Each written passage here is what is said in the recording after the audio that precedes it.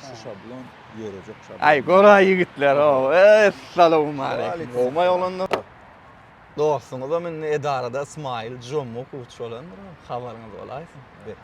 Başlıkçanım İsmail Jomo kuşçu yöregenlerdir. Yine düğünüm mana. Tedece o üç proyekti iş yapırdım. Dubai'ye var ya.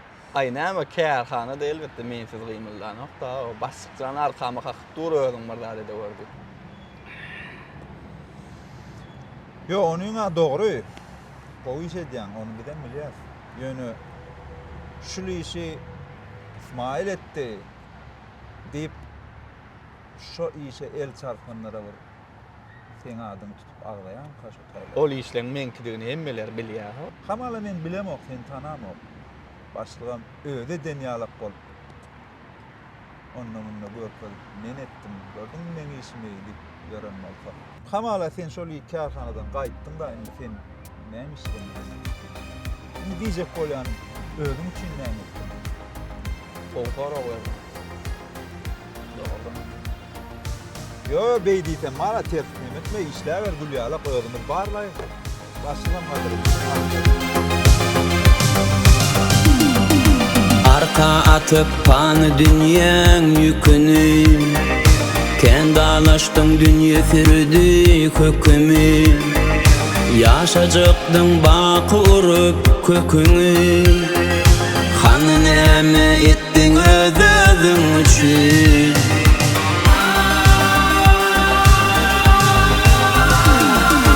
Dünýe budur balgandyrmaz barmagy, sensiz belez we dadar gaýmagy, bolup iki ýanatyň toýnagy, hany näme etdiň özüň üçin.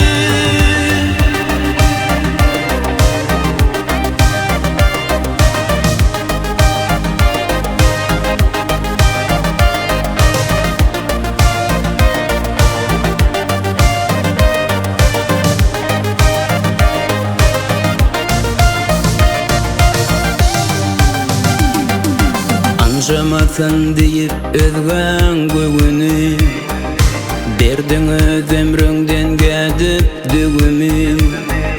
Yeterdi bir ýam gadryň görümi, hany näme etdiň özüň üçin.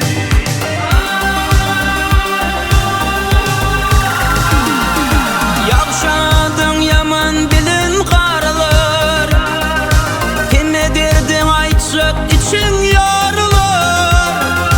Şenden dursun iki dünýä daralar, hany näme etdiň özüň üçin.